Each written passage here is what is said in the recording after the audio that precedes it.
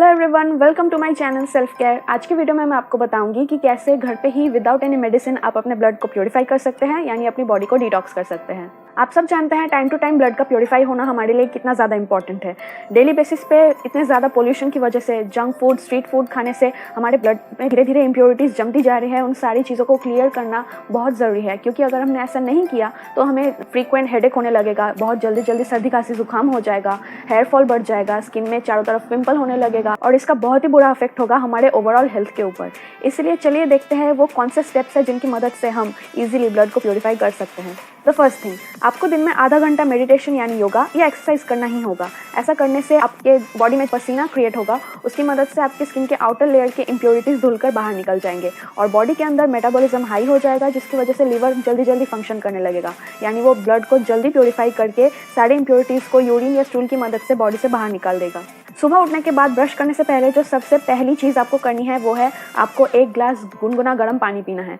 ऐसा करने से हमारे मुंह के अंदर ओवरनाइट जो सलाइवा जमता है वो गर्म पानी के साथ हमारे बॉडी के अंदर जाएगा और ये सलाइवा हमारे लिए बहुत ही ज़्यादा बेनिफिशियल है। इसके बाद आप ऑयल पुलिंग कर सकते हैं, जिससे हमारे बॉडी के कुछ ऑयल सोल्यूबल इम्प्योरिटीज़ बाहर निकल जाएंगे। ब्रेकफास्ट करने से पहले आप एक ग्लास गर्म पानी के साथ थोड़ा सा लेमन जूस ऐड करके पी सकते हैं। उसमें आप जैगरी या हनी और थोड़ा सा टर्मरिक भी ऐड कर सकते हैं।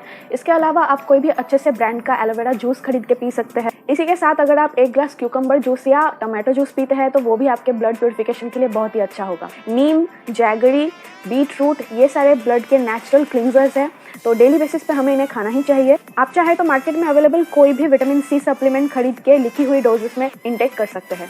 आपको अपने डाइट में डेली बेसिस पर ज़्यादा से ज़्यादा ग्रीन लीफी वेजिटेबल्स ऐड करने होंगे, स्पेशली ब्रोकोली, स्पिनच। इन सारी चीज़ों में आयरन और मैग्नीशियम के साथ साथ और भी कई सारे मिनरल्स होते हैं जो हमें ब्लड प्योरिफिकेशन में बहुत ज़्यादा मदद करते हैं। अगर आपके स्कैल्प में फॉलिकुलाइटिस है और पूरे बॉडी में आपको एक्ने नज़र आ रहे हैं, स्किन में आर्टिकारिया हो रहा है, तो आप डॉक्टर को ज़रूर दिखाइए। वो आपको IgE लेवल टेस्ट करने के लिए कहेंगे और उसके लेवल के बेसिस पे आपका ट्रीटमेंट स्टार्ट होगा। इस दौरान आपको जिस भी चीज़ों से एलर्जी है वो सारे आपको खाने बंद करने होंगे, उन सारी चीज़ों से आपको डिस्टेंस मेंटेन करना होगा। और अगर आप अपने एलर्जिक रिएक्शंस को ठीक करने के लिए होम्योपैथिक या आयुर्वेदिक ट्रीटमेंट करवाना चाहते हैं तो वो आपको जो भी मेडिसिन देंगे उन मेडिसिन को इंटेक करने से आपका ब्लड नेचुरली प्योरीफाई होगा और आप इंटरनली और भी ज़्यादा हेल्दी और बेटर फील करेंगे। उम्मीद करती हूँ ये वीडियो आपके लिए हेल्पफुल रहा और इस वीडियो को देखने के बाद आप ज़रूर अपने लिए उन सारी चीज़ों को ट्राई करेंगे जिससे आपका भी ब्लड प्योरीफाई हो और आपको इन सारे एलर्जिक रिएक्शंस को कभी फेस भी ना करना पड़े।